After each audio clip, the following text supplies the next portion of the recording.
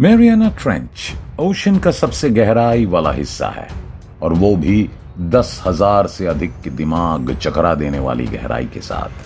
हमें इस mysterious under water की तुलना में चांद की सतह के बारे में कहीं अधिक पता है, क्योंकि यहां पर अभी तक सिर्फ 3 ही इंसान पहुंच पाए हैं। समुद्री घाटी धरती के कुछ महानतम रहस्यों का घर है। आज हम मैरियाना ट्रेंच के बारे में कुछ इंटरेस्टिंग फैक्ट्स के बारे में जानेंगे जो आपको हैरान कर देंगे। तो चलिए बिना समय गंवाए इस वीडियो को शुरू करते हैं। डेप्थ।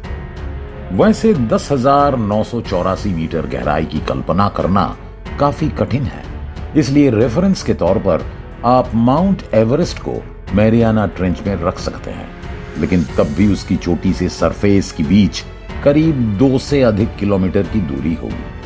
मैरियाना ट्रेंच के सादर्न एंड में स्थित चैलेंजर डीप ओशन की सबसे गहराई वाला हिस्सा है।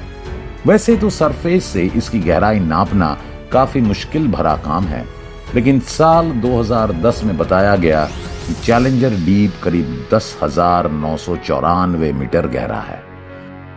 दरअसल साल 2010 में national oceanic and atmospheric administration के एक सर्वे के दौरान एक ओशन की गहराई में साउंड पल्सेस भेजा गया था। तभी चैलेंजर डीप की गहराई के बारे में पता चल पाया था। ओशन का दूसरा गहराई वाला स्थान भी मैरियाना ट्रेंच में ही मौजूद है, जिसे साइरेना डीप कहा जाता है।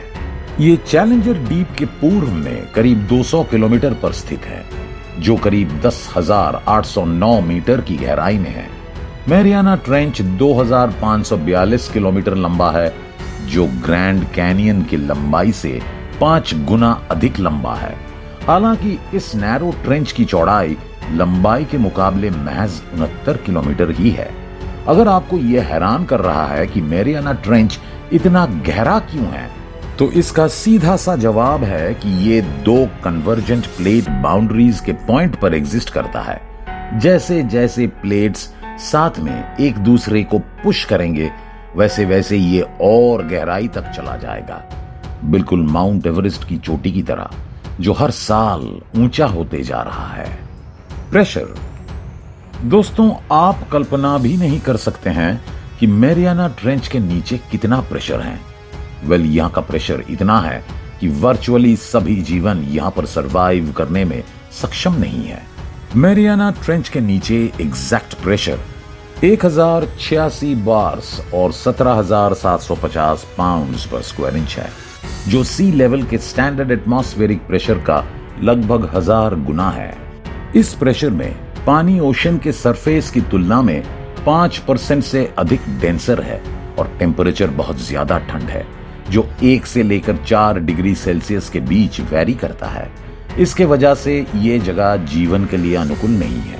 8 टन पर स्क्वायर इंच के प्रेशर की वजह से बिना किसी सुरक्षा कवच के डाइवर दुर्भाग्य से मैरियाना ट्रेंच में एंटर नहीं कर सकते हैं, और उन्होंने ऐसा किया तो उनका शरीर पलक झपकते ही फट जाएगा। इसलिए ऐसे गहराई तक पहुंचने के लिए मशीनरी की जरूरत पड़ती है। हाल ही में एक मिशन में सबमरीन का इस्तेमाल किया गया था, जिसे लिमिटिंग फैक्टर कहते हैं। लिमिटिंग फैक्टर चेंबर में बाकायदा प्रेशर टेस्टेड था और पहला इंसान जाने से पहले इसे मैरियाना ट्रेंच के बॉटम में करीब 5 बार भेजकर ऑलरेडी चेक किया गया था। इतना ही नहीं, ये एक ऐसा वेसल होता है जो इस प्रकार से डिजाइन किया गया है कि इसकी मदद से मल्टीपल टाइम डाइव किया जा सकता है। सबमरीन में 3.5 टाइटेनियम स्फीयर से आप पूरी तरह से सुरक्षित रहते हैं। डाइवर को बिल्कुल ही किसी की प्रकार का प्रेशर और साइकोलॉजिकल तनाव महसूस नहीं होता है। Weird creature.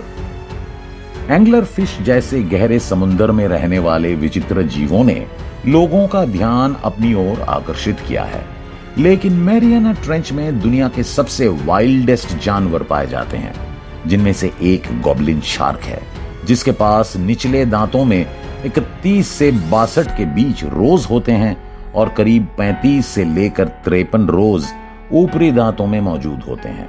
डरावने दिखने वाले इनके जबड़ों से बाहर निकलते हुए विशेष जॉइंट्स इन जबड़ों को आगे की तरफ मूव होने के लिए अलाउ करते हैं। गॉब्लिन शार्क एक धीमी गति से चलने वाला जीव है जो अपने शिकार को स्मेल के जरिए पकड़ता है। वो अपने शिकार का बड़ी ही चालाकी से इंतजार करता है, जिसकी भनक भी इसके शिकार को नहीं पड़ती है। दूसरा है ज़ॉम्बी वॉर्म। दोस्तों, ज़ॉम्बी वॉर्म को ओसेडैक्स भी कहा जाता है। ये क्रीचर व्हेल के साथ साथ बाकी मछलियों की हड्डियों भी खाते हैं। क्योंकि इनके पास मुंह नहीं होता है, इसलिए ये हड्डियों और बैक्टीरियाओं को डिसॉल्व करने के लिए एसिड छोड़ते हैं। उसके बाद ये प्रोटीन को फैट में पचाते हैं। संयोगवश फीमेल वॉर्म हड्डियों को खाते हैं, जबकि मेल वॉर्म फीमेल के अंदर ही पाए जाते हैं। वहीं पर डीप सी ड्रैगन फिश एक क्रूर शिकारी होती हैं, जो 5000 मीटर की गहराई में रहती हैं। वैसे ये क्रीचर मात्र 6 इंच बड़ा होता है, इसलिए आपको इससे डरने की ज्यादा जरूरत नहीं है। ये थोड़ी बहुत चाइनीज ड्रैगन के समान दिखती हैं, इसलिए अधिक संभावना है कि इसका नाम भी वहीं से आया होगा।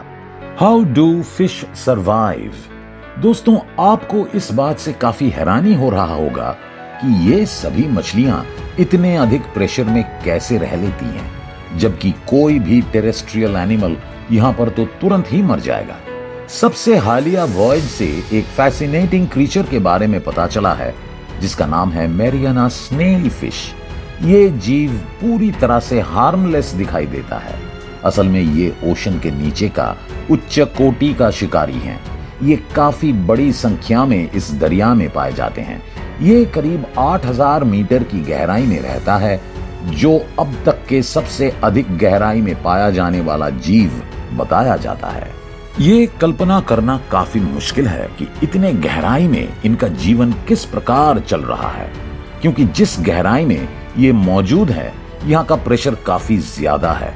इतना समझ लीजिए कि एक समय में इसके सर पर करीब 1600 हाथी खड़े हैं, लेकिन इनके पास कुछ नोवेल एडेप्टेशन है जो इन्हें प्रेशर को झेलने के लिए मदद करते हैं। इसकी खोपड़ी में गैप है और रिसर्चर कुन वैंग का कहना है कि शायद ये गैप ही इन्हें अंदर और बाहर का प्रेशर को बैलेंस करने में मदद करता है।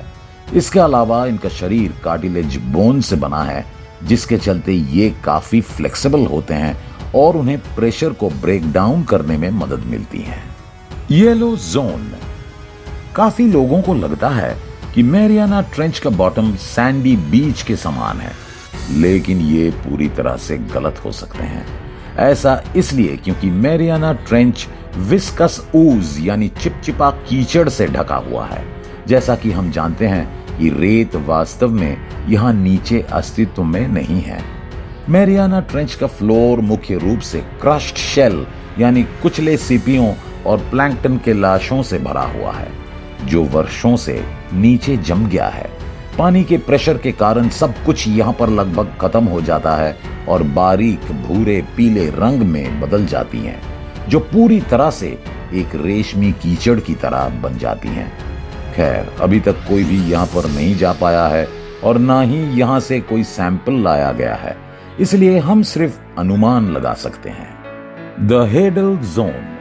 मैरियाना ट्रेंच की सबसे डीपेस्ट जगह को हेडल जोन कहा जाता है, जो लगभग 6000 से लेकर 11000 मीटर की गहराई में होता है। हेडल जोन एक ऐसा जोन है जहां पर कई प्रकार के जीव पाए जाते हैं। इतने हार्श कंडीशंस में भी यहाँ पर जीव सरवाइव करते हैं। यहाँ पर सूरज की रोशनी नहीं पहुंच पाती है, इसलिए यहाँ पौधों का उग पाना नामुमकिन है।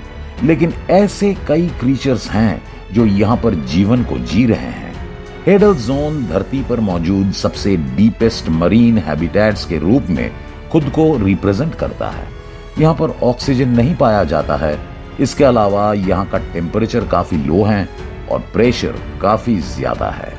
Boiling and freezing water. दोस्तों, मैरियाना रीजन में कुल 9 वोल्केनो आइलैंड और करीब 60 से अधिक सबमरीन वोल्केनो मौजूद हैं, जिसमें से 20 वोल्केनो एक्टिव हैं। क्योंकि इतने गहराई में पानी काफी ठंडा होता है, इसलिए ये बॉइलिंग और फ्रीजिंग वाटर का कारण बनते हैं। इंसानों ने अभी तक इन वोल्केनो को मॉनिटर नहीं किया है, लेकिन हो सकता है कि इनमें किसी भी समय विस्फोट होता रहता होगा। डिस्कवरी साल 1860 में Charles Wyville Thomson oceanography studies conduct करने के लिए एक बोट ट्रिप करना चाहते थे। उसके बाद 21 दिसंबर साल 1872 में ये HMS चैलेंजर से रवाना हुए। उन्होंने अपने साथ फिशिंग गियर से लेकर माइक्रोस्कोप्स तक लिया था। इसके पीछे उनका मुख्य उद्देश्य ओशन में यात्रा करके ओशन की गहराई, टेम्परेचर और सलाइनिटी को मेजर करना था। 23 मार्च 1875 को मैरियाना आइलैंड्स के नजदीक स्टडी करने के दौरान पानी में उन्होंने 8000 मीटर की गहराई नापी और जो पहली डिस्कवरी थी। उसके बाद 23 जनवरी साल 1960 में यूएस नेवी द्वारा डीप चैलेंजर में 10,916 मीटर की गहराई की खोज की गई। इसके अलावा 26 मार्च 2012 को Canadian film maker James Cameron ने भी गहरे समुद्र में जाने का फैसला किया और इसके लिए उन्होंने एक सबमरीन का निर्माण किया। उसकी मदद से वो 10,898 मीटर की गहराई तक जाने में सफल हुए। उन्होंने अकेले जाकर एक नया वर्ल्ड रिकॉर्ड बनाया, द ट्रिएस्ट।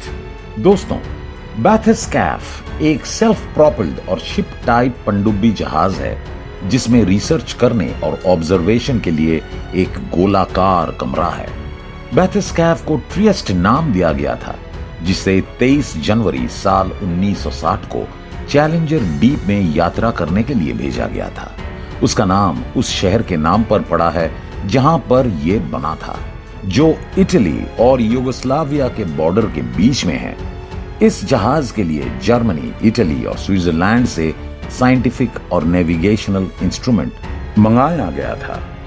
नेशनल मॉन्यूमेंट 6 जनवरी साल 2009 को तत्कालीन अमेरिकी राष्ट्रपति जॉर्ज डब्ल्यू बुश ने मैरियाना ट्रेंच को अमेरिकी नेशनल मॉन्यूमेंट के रूप में स्थापित किया था। इस मॉन्यूमेंट में ड्राई लैंड एरिया नहीं है, लेकिन फिर भी ये 95,216 स्क्वायर माइल्स को प्रोटेक्ट करता है। राष्ट्रपति बुश ऐसा करने में सक्षम इसीलिए थे क्योंकि अमेरिकन टेरिटरी गुआम के नजदीक है। वैसे इस मॉन्यूमेंट को 3 हिस्सों में बांटा गया है, the islands unit, the volcanic unit and the trench unit. ये अभी तक साफ नहीं हो पाया है कि इसके पीछे राष्ट्रपति बुश का इरादा क्या था, लेकिन उनका ये ऑर्डर सेंसिटिव इकोलॉजिकल हैबिटेट को प्रोटेक्ट करेगा। दोस्तों, इसमें से आपको कौन सा पार्ट अधिक वैल्यूएबल लगा हो तो कमेंट करके जरूर बताएं। उम्मीद है कि आपको हमारी ये वीडियो पसंद आई होगी। वैसे अगर आपको ये वीडियो अच्छी लगी हो तो वीडियो को लाइक और शेयर जरूर करें और इसी तरह की इंफॉर्मेटिव वीडियो देखने के लिए हमारे इस चैनल को सब्सक्राइब भी करें। फिलहाल के लिए इस वीडियो में बस इतना ही। मिलते हैं किसी अन्य इंफॉर्मेटिव वीडियो के साथ। धन्यवाद।